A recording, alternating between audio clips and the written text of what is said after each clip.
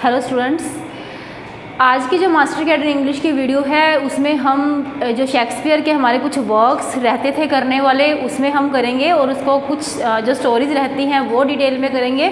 जैसे सबसे पहले आपको ये पता है कि हम एलिजाबेथन पीरियड के बारे में कर रहे थे जिसमें क्रिस्टोफर मार्लोव हो गया था। विलियम शेक्सपियर के कुछ पॉइंट्स हमने डिस्कस किए थे और उसके अलावा जो कुछ वर्क्स थे Julius Caesar, the King Lear है ना, ओथेलो, हेमलेट, इनकी स्टोरीज़ के बारे में डिस्कस किया था। आज हमने जो स्टोरी डिस्कस करनी है वो है मैकबेथ। मैकबेथ जो कि प्ले है, tragedy play Julius William Shakespeare का। इनमें जो करैक्टर थे वो देख लीजिए आप। एक तो मैकबेथ है। मैकबेथ क्या है? हीरो है, hero of tragedy. Lady Macbeth, lady Macbeth क्या है? मैकबेथ की वाइफ, मैकबेथ्स वाइफ, ठीक है। उसके बाद आ जाता है बैंको। बैंको क्या है? मैकबेथ्स फ्रेंड है।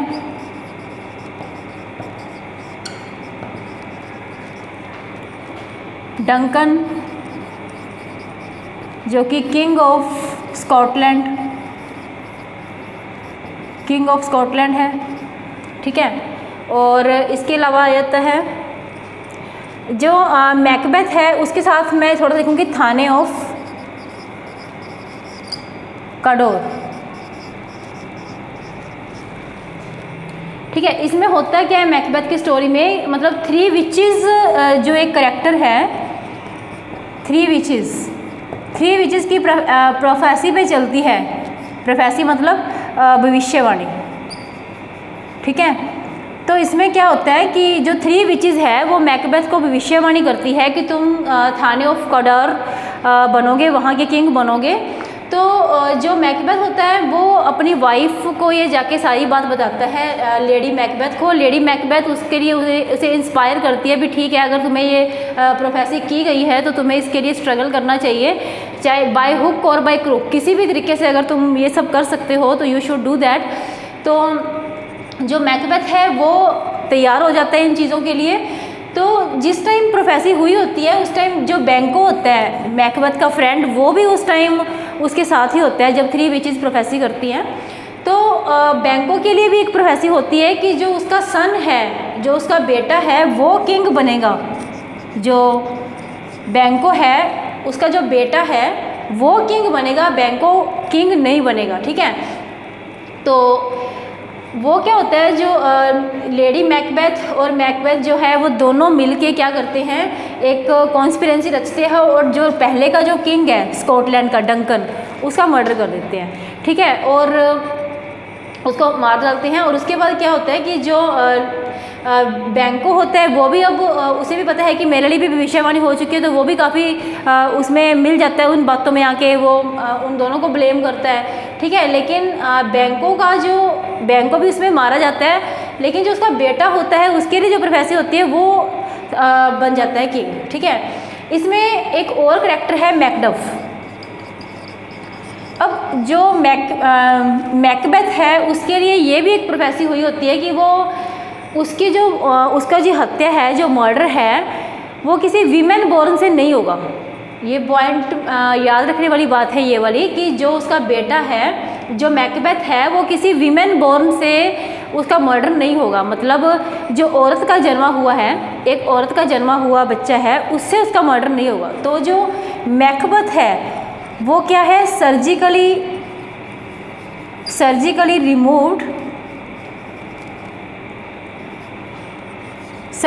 Removed from women's वोम। मतलब वो जो उसकी वीमेन की वोम है उससे सर्जिकली रिमूव किया गया है, उसने जन्म नहीं लिया बल्कि उसको सर्जिकली रिमूव किया गया है। तो वो क्या करता है मैकडफ का उसके द्वारा मर्डर कर दिया जाता है। तो ये सारी स्टोरी होती है जो कि एक थ्रोन के लिए, एक सिंहासन के लिए घूमती रहती है, ट्रेजेडी होती है। इसमें मैकबेथ को मार दिया जाता है, उसके बाद मैकडफ जो होता है वो उसका मर्डर करता है। तो मतलब एक विचेस की भविष्यवाणी के ऊपर ये सारी स्टोरी चलती रहती है। तो this is all about the Macbeth. अब जो नेक्स्ट स्टोरी है उसके बारे में बात करेंगे। क्योंकि आपको जो करैक्टर्स पूछे गए हैं आप तो उन्हीं पे कंसंट्रेशन करोगे, जिसके अकॉर्डिंग आपको क्वेश्चन पूछे जा सकते हैं कि करैक्टर कहाँ का है, ये एक ट्रेजेडी है ना, इससे रिलेटेड थोड़ा बहुत पूछ लिया जाता है, तो वही चीज़ें आप करेंगे, है ना। उसके बाद आ जाता है आपका जूलियस सीजर। ये भी इम्पॉर्टेंट एक प्ले है, ठीक है, जिसकी जो है वो 1549 है, और दूसरा क्या है, ये 44 BC की स्टोरी बताई गई है, 44 BC बिफोर क्राइस्ट, ठीक है।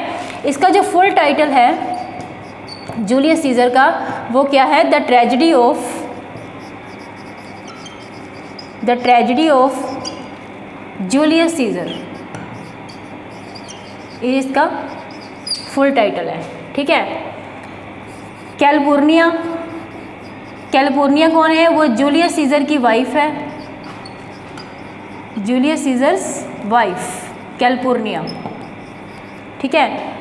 एंटोनी कौन है, वो उसका फ्रेंड है जूलियस सीजर का, जूलियस सीजर फ्रेंड एंटनी, ठीक है। उसके बाद कौन आ जाता है, कैसियस इसमें विलन है, जो कि उसको मर्डर करवाने में, जूलियस सीजर की हत्या करवाने में वो सभी का साथ है, वो हम स्टोरी की डिटेल में देख लेते हैं क्या क्या है। उसके बाद आ जाता है कैस्का एक कैरेक्टर है, वो कैसे आएगा इसके बारे में मैं बताऊंगी आपको। ऑक्टेवियस सीजर कौन है, वो जूलियस सीजर का नेफ्यू है, जूलियस सीजर नेफ्यू, ठीक है। एक और कैरेक्टर इसमें आता है मार्कस ब्रूटस एक कैरेक्टर आता है, और इसके अलावा कौन सा कैरेक्टर आ जाता है, डेसियस ब्रूटस। ये इनका क्या क्या वर्क है ये हम स्टोरी की डिटेल में देख लेते हैं। तो ये इनके मेन कैरेक्टर्स हैं जूलियस सीजर के, जो स्टोरी में चलते रहते हैं। अब इस स्टोरी में क्या होता है कि जो जूलियस सीजर है वो रोम का किंग है, रोम में रहता है, और जो रोमन लोग हैं वो काफ़ी उसकी रिस्पेक्ट करते हैं। फर्स्ट की पॉइंट क्या है कि जो रोमन्स हैं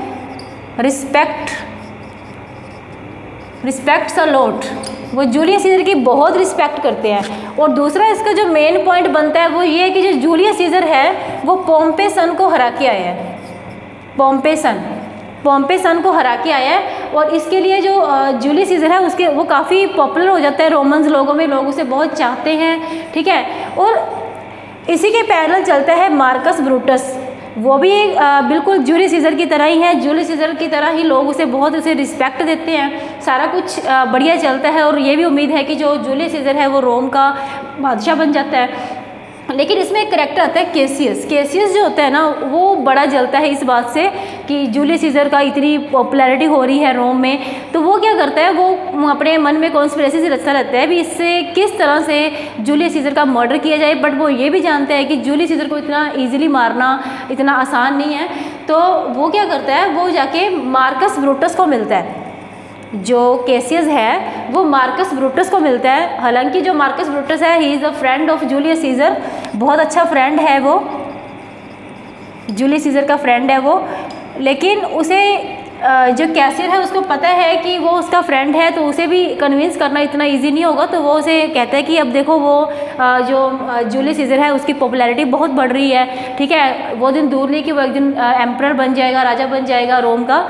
तो अब उसको ज़्यादा ही इंसाइट करता है, तो वो जो मार्कस ब्रूटस है उसके मन में भी आ जाते हैं कि हाँ ठीक कह रहा है ये, तो वो क्या करते हैं, वो एक कॉन्स्पिरेसी रचते हैं, कॉन्स्पिरेटर्स बन जाते हैं। कॉन्स्पिरेसी क्या होता है, एक षड्यंत्र रचना। तो इस षड्यंत्र में कौन कौन शामिल होता है, कास्का तो है ही है, मार्कस ब्रूटस हो जाता है, और एक डेसियस ब्रूटस। इस दौरान स्टोरी में होता है क्या है कि जो जूलियस सीजर की वाइफ है कैलिफोर्निया, वो एक सपना देखती है। उस सपने में उसे लगता है कि जो जूलियस सीजर है उसके पूरे शरीर में होल हुए पड़े हैं, और वो एक फाउंटेन, एक झरने की तरह जिसमें से पानी निकल रहा है, और रोमन के लोग उस पानी को यूज़ कर रहे हैं। तो वो जूलियस सीजर को अलर्ट करती है कि वो बिल्कुल बाहर ना जाएं, क्योंकि ये सपना अच्छा नहीं है, कुछ ना कुछ होने वाला है। तो जो कैलिफोर्निया होती है, जो जूलियस सीजर होता है, वो उसकी बात ज़्यादा इग्नोर कर देता है, वो कह देता है कि ऐसा कुछ नहीं होता, लेकिन फिर भी जब वो ज़्यादा जिद करती है तो वो अपने सर्वेंट को बुला लेता है और सर्वेंट को बुला के प्रिस्ट के पास जाने के लिए कहता है कि वो कहता है कि कुछ सेक्रीफाइस कर दे, किसी जानवर की बलि दे दे ताकि जो सपना है वो कंप्लीट ऐसा पूरा ना हो, ऐसा कुछ ना हो। कैलिफोर्निया के लिए वो सारा कुछ ये करता है। तो जो सर्वेंट होता है वो मतलब क्या कहते हैं, वो आके बताता है कि प्रिस्ट ने बलि तो दे दी, बट जब उसके ऑर्गन्स को देखा उस एनिमल के, तो उस एनिमल के ऑर्गन में हार्ट नहीं था, दिल नहीं था। तो ये भी एक चिंता वाली बात हो जाती है जूलियस सीजर के लिए। तो वो प्रिस्ट कहता है कि वो बिल्कुल सही है, वो बाहर ना निकले, उसके लिए कुछ ना कुछ गलत हो सकता है। अब ये सारी बात जो होती है वो डेसियस ब्रूटस जो होता है वो बाहर निकलेगा तो उसका मर्डर किया जाए, क्योंकि इन्होंने तो कॉन्स्पिरेसी रच रखी है। तो जो डेसियस ब्रूटस है वो उसे कहता है कि सीनेट में उससे मिलना चाहिए। वो कुछ करता है कि आपको क्रोन पहनाया जाने वाला है, आप बादशाह बनने वाले, तो इसके लिए तो आपको बाहर निकलना पड़ेगा, क्योंकि सीनेट मेंबर्स आपको क्रोन पहनाना चाहते हैं। तो वो उसे किसी न किसी तरीके से बाहर ले जाता है। और क्या होता है कि ये तीनों कॉन्स्पिरेसी रचते हैं और उसे सबसे पहले जो उस पर वार करता है वो कास्का करता है, फर्स्ट अटैक। तो कास्का जो नाम है वो उस पर फर्स्ट अटैक करता है जूलियस सीजर पे, ठीक है। उसके बाद जो अटैक होता है वो मार्कस ब्रूटस का होता है और वो एक एक करके सब उस पर अटैक करते जाते हैं। तो वो जो जूलियस सीजर है वो उसे देख के बड़ा हैरान होता है कि जो कास्का है वो जो ब्रूटस है वो मेरा इतना अच्छा फ्रेंड है, मुझे इससे ऐसी उम्मीद नहीं थी। तो वो उसे जब मारता है तो वो मतलब आखिरी जब वार पे करता है तो उसके बाद जूलियस सीजर मर जाता है, ठीक है। अब जो एंटनी होता है वो सारा जब उसे देखता है तो वो बिल्कुल हिल जाता है अंदर से भी, ऐसा क्या हो गया, उसकी बॉडी को देख के वो बहुत हैरान हो जाता है। तो मतलब सारे कॉन्स्पिरेटर्स के बीच में बैठा है, वो खड़ा है। तो जो ब्रूटस है वो उसे एंटोनी को कहता है कि तू हमारे साथ मिल जा आके। और क्योंकि अब जब जूलियस सीजर एक एम्बिशियस था, वो अच्छा नहीं था, वो माना कि वो बहुत पॉपुलर था रोम में, लोगों के लिए सोचता था, लेकिन उसका एम्बिशियस होना अच्छी बात नहीं थी। तो वो एंटोनी जो होता है वो कहता है कि मुझे एक मौका दिया जाए, मैं उसके लिए स्पीच बोलना चाहता हूँ उसके फनरल पे, ठीक है।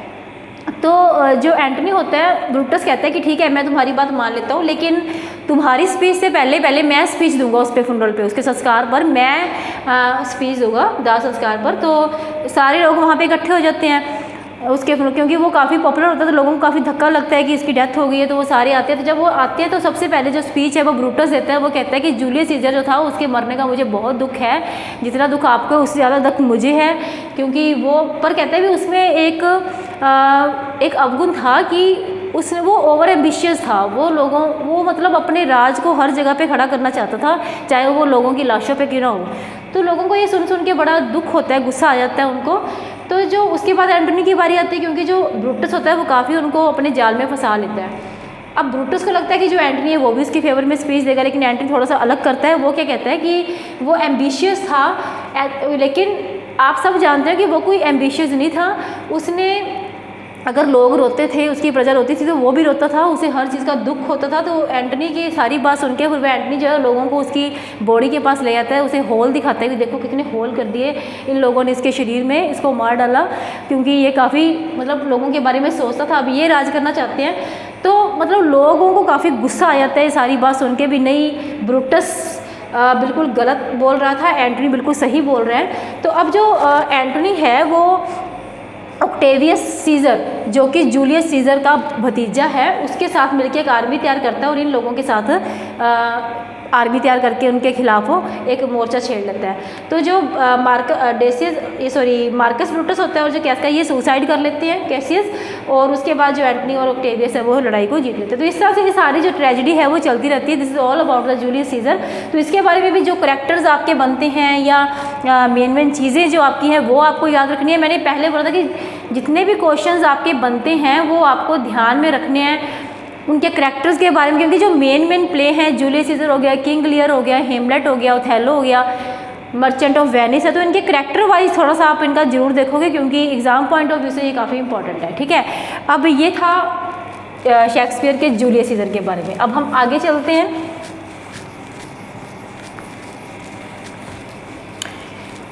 इन स्टोरीज़ को थोड़ा सा दिमाग में रखोगे तो आपको करेक्टर्स भी आपके दिमाग में रहेंगे, नो डाउट।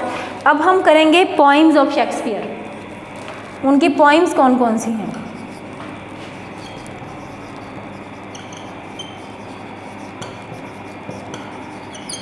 उनकी पोइम में सबसे पहले अपना आता है वेनस एंड एडोनिस। जो ये वाली पोइम है इसका जो है 1593 माना जाता है, वेनस एंड एडोनिस। ठीक है, उसके बाद रेप ऑफ ल्यूक्री। ठीक है, इसका जो सन है, ईयर है, वो है 1594। ठीक है, नेक्स्ट आ जाता है शेक्सपियर्स सोनेट। शेक्सपियर के सोनेट की जो है वो है 1594। ठीक है, और ये क्या है, एक सीरीज ऑफ 15 सोनेट जो सोनेट्स में है, ये है अ सीरीज ऑफ 15 सोनेट्स। इसके साथ आप ये इंक्लूड कर दीजिए क्योंकि ये भी क्वेश्चन पूछा जा सकता है। ठीक है, नेक्स्ट आ जाता है पैशनेट पिलग्रिम। पैशनेट पिलग्रिम का जो ईयर है वो है 1598 और ये 7 लाइन स्टैंजा है, 7 लाइन स्टैंजा। ठीक है, उसके बाद आ जाता है लवर्स कंप्लेंट। सॉरी, ये 7 लाइन स्टैंजा हम नहीं करेंगे, लवर्स कंप्लेंट है वो अपन 7 लाइन स्टैंजा करेंगे। ये 1598 जो है इसका ईयर हो गया। लवर्स कंप्लेंट, ये इसके सामने आप 7 लाइन स्टैंजा करोगे। ठीक है, उसके बाद आ जाता है phoenix and turtle. Phoenix and turtle, और ये इसका जो टाइम है वो है 1604 और जो लवर्स कंप्लेंट है इसका 1609 है। इसका सन आप यहाँ पे लिख दीजिए 1609। मैं फिर से आपको रिव्यू करवा देती हूँ। जो इनके मेन पॉइंट्स है विलियम शेक्सपियर की वो है वीनस एंड एडोनिस जो कि 1593 है, रेप ऑफ ल्यूक्रिस 1594 हो गया, शेक्सपियर सोनेट 1594 है जो कि अब सीरीज ऑफ 15 सोनेट्स हैं, पैशनेट पिलग्रिम 1598। ठीक है, उसके बाद आ जाता है लवर्स कंप्लेंट। लवर्स कंप्लेंट क्या है, 7 लाइन स्टैंजा है, एंड फोनिक्स एंड टर्टल क्या है 1604 का इसका टाइम है, और लवर कंप्लेंट का जो टाइम है वो 1609 है। तो this is all about William Shakespeare. जो मेन पॉइंट्स थे इनके वो आपने याद रखने हैं जो मैंने करवाए हुए हैं। क्वेश्चन इनके जो बनते हैं वो इन्हीं में से निकलेंगे। आई होप कि इसमें से आपको सारा जो है विलियम शेक्सपियर का जो पूछा जाएगा वो इसमें से आपको ज़रूर अटैम्प्ट हो जाएगा। ठीक है, अब जो नेक्स्ट एलिजाबेथन पीरियड के जो हमारे बनते हैं वो है एडमंड स्पेंसर। तो थोड़ा सा आज उसके बारे में भी करते हैं। एडमंड स्पेंसर, हाँ जी, एडमंड स्पेंसर। ठीक है, एडमंड स्पेंसर का जो बर्थ ईयर है that is not clear, 1552 to 1553। ठीक है, और जो डेथ इनकी मानी गई है वो है 13 जनवरी 1599। ठीक है, ये इनकी डेथ है। अब इनको क्या बोला जाता है, इसके साथ आप थोड़ा सा ये लिख लिए भी, not clear about his date of birth. कुछ क्लियर नहीं है इनकी डेट के बारे में, थोड़ा साथ में आप लिख लोगे तो ये आपको बाद में भी याद रहेंगी ये चीज़ें। तो इनके जो पॉइंट, इनको क्या बोला जाता है, one of the great poet in English literature. इनको भी इंग्लिश लिटरेचर का एक ग्रेट पोइट माना जाता है। ठीक है, अब जैसे मैंने आपको क्रिस्टोफर मार्लम में कुछ पॉइंट्स रिमेंबर करने के लिए बोला था, विलियम शेक्सपियर में भी कुछ पॉइंट्स मैंने लिखवाए थे, सेम लाइक इसमें भी अपन ने पॉइंट्स कुछ नोट डाउन करने हैं, पॉइंट्स टू बी रिमेंबर्ड कि क्या क्या चीज़ें हमें एग्ज़ाम के लिए ज़रूरी है। ठीक है, तो सबसे पहले जो है इनका main point masterpiece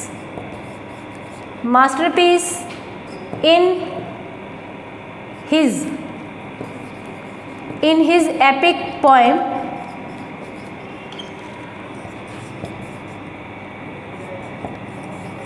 fairy queen. ठीक है, तो ये इनकी जो है ये एक इम्पॉर्टेंट पोइम है जिसमें आपको ये रिमेंबर रखना है, fairy queen, FAERIE, fairy queen. तो ये इसके लिए जो चार्ल्स लैम है उन्होंने इसे पोइट बोला था। तो सेकंड पॉइंट इनका अपन यही बनाएंगे, Charles Lamb called Edmund Spenser Edmund Spenser the poet's poet, the poet's poet. तो चार्ल्स लैम्ब ने इनको पोइट्स पोइट बोला था, कवियों का कवि बोला था। ठीक है, नेक्स्ट जो पॉइंट है वो आप लिखिए। अब थर्ड पॉइंट, तो ये जो मेन पॉइंट हैं जिनके आपके क्वेश्चन पूछे जा सकते हैं वो आप एक एक करके नोट डाउन करते जाइए। जो स्पेंसर हैं उन्होंने एक ही कॉइन्ड द वर्ड, उन्होंने एक वर्ड, एक टर्म ली थी ब्लेंटेंट।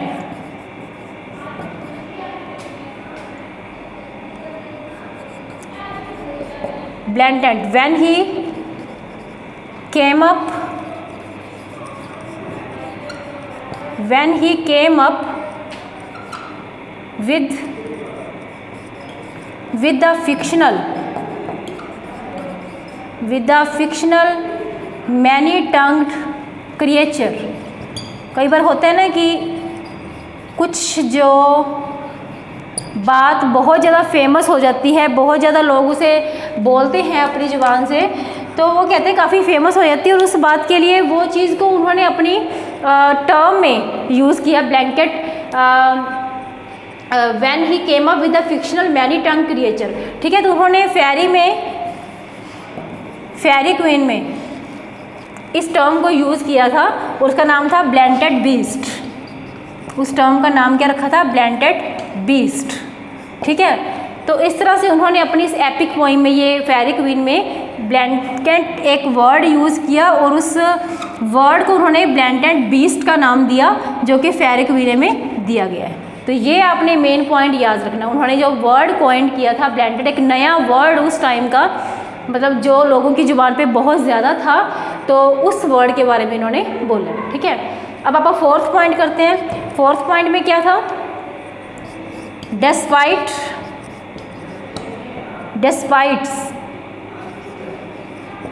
his epic poem,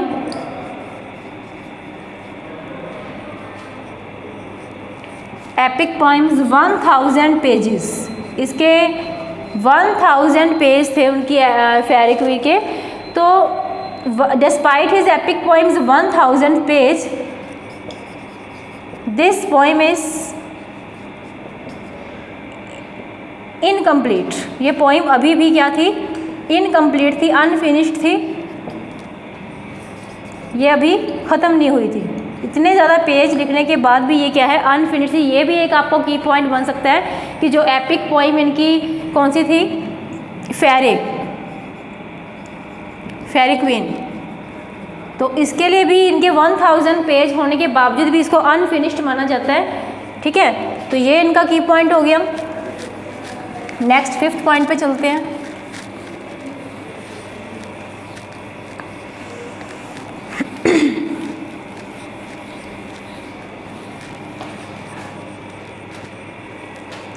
fifth point पे देखिए, इसमें क्या है?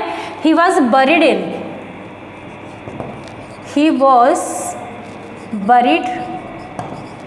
इन Westminster. He was buried in Westminster. ठीक है, along with his literary friend कौन थे उनके? जोफ्रे चौसर। ठीक है, this place is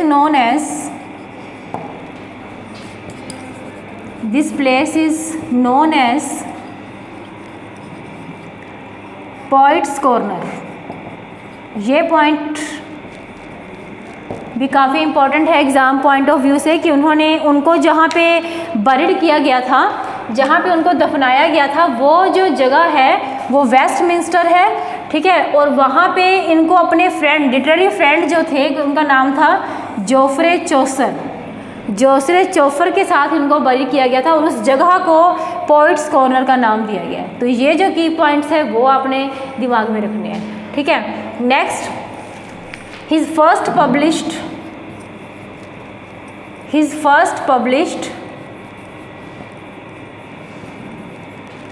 वर्क, इनका जो पहला पब्लिश वर्क था वो क्या था? Shepherd calendar. इनका फर्स्ट पब्लिश वर्क था शेफर्ड कैलेंडर, जो क्या था इन 1599 में पब्लिश हुआ था। ठीक है, उसके बाद 7th की पॉइंट पे आते हैं।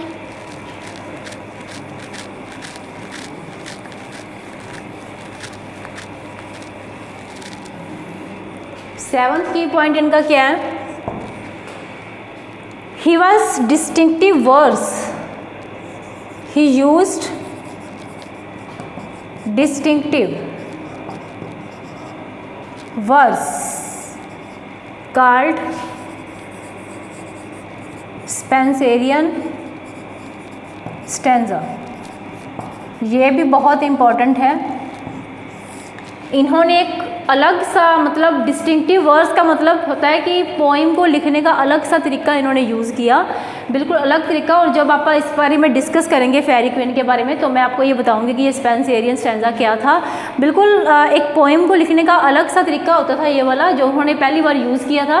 तो इनको स्पेंसरियन स्टैंजा के नाम से भी इन्होंने जो डिस्टिंक्टिव वर्ड्स था वो यूज़ किया था, स्पेंसरियन स्टैंजा। ठीक है, नेक्स्ट की पॉइंट पे चलते हैं। In 18th century, in 18th century,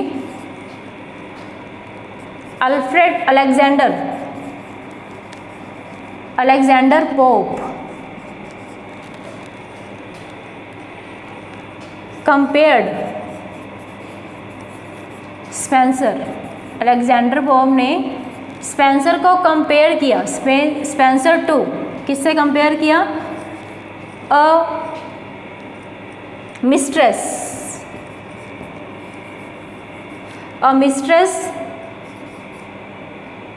whose fault we see, but love her with them all. ये चीज़ भी ध्यान में रखिएगा। अलेक्जेंडर पोप थे, उनको कुछ ना कुछ फॉल्ट दिखा होगा उनकी पोइट्री में, दैट इज़ नॉट मैंशन्ड, बट उन्होंने क्या बोला? उन्होंने कंपेयर किया स्पेंसर को कि वो इस मिस्ट्रेस की तरह है, उस प्रेमिका की तरह है जिसके फॉल्ट हम देखते हैं, बट उस फॉल्ट के साथ भी हम उनको बहुत प्यार करते हैं। तो वो एडमंड स्पेंसर को भी इस तरह से वो कंपेयर कर रहे हैं कि उनके फॉल्ट होते हुए भी उन फॉल्ट्स के साथ हमें उन्हें बहुत प्यार करते हैं। तो ये चीज़ भी आपने दिमाग में रखनी है कि अलेक्जेंडर पोप ने उनको स्पेंसर को कैसे कंपेयर किया था। तो ये वाला की पॉइंट भी आपने दिमाग में रखना है। नेक्स्ट की पॉइंट पे चलते हैं।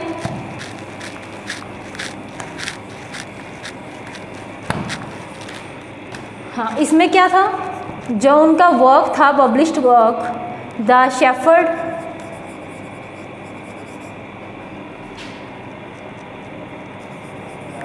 Shepherd Calendar. ठीक है, इसके साथ आप लिख लो a series of poems,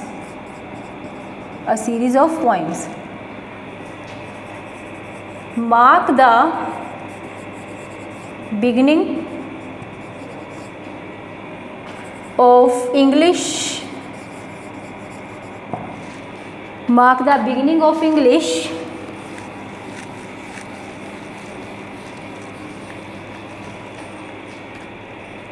Renaissance in literature। ठीक है, अब इसमें क्या था? कहते हैं जो शेफर्ड कैलेंडर इनकी जो फर्स्ट पब्लिश्ड सीरीज या सीरीज ऑफ पोइम्स था, उन्होंने एक मार्क कर दिया इंग्लिश रिनाइंस का लिटरेचर में। कहते हैं इनका एक ऐसा पब्लिश वर्क था कि एक लिटरेचर को एक जागरूकता मिली। रिनाइंस का मतलब एक नई जागरूकता आई लिटरेचर में, अवेकनिंग। जैसे मैंने आपका मतलब इसको बताया था कि रिनाइंस का मतलब क्या होता है? रीबर्थ होना किसी चीज़ का, रीअवेकन, ठीक है, और रिवाइवल। तो एक तरह की जागरूकता आ गई थी जो उन्होंने जो ये शेफर्ड कैलेंडर यूज़ किया था। इसके बारे में हम डिस्कस करेंगे जब इनके वर्क्स के बारे में देखेंगे। तो this is all about the Edward Spencer for today. और जैसे जैसे हम आगे आगे इनके लेक्चर्स में बढ़ेंगे वैसे वैसे आपको इनके बारे में और चीज़ें भी मेंशन की जाएंगी, इनके जो वर्क्स हैं इंपॉर्टेंट उनके बारे में डिटेल में जाया जाएगा। तो तब तक के लिए थैंक यू वेरी मच।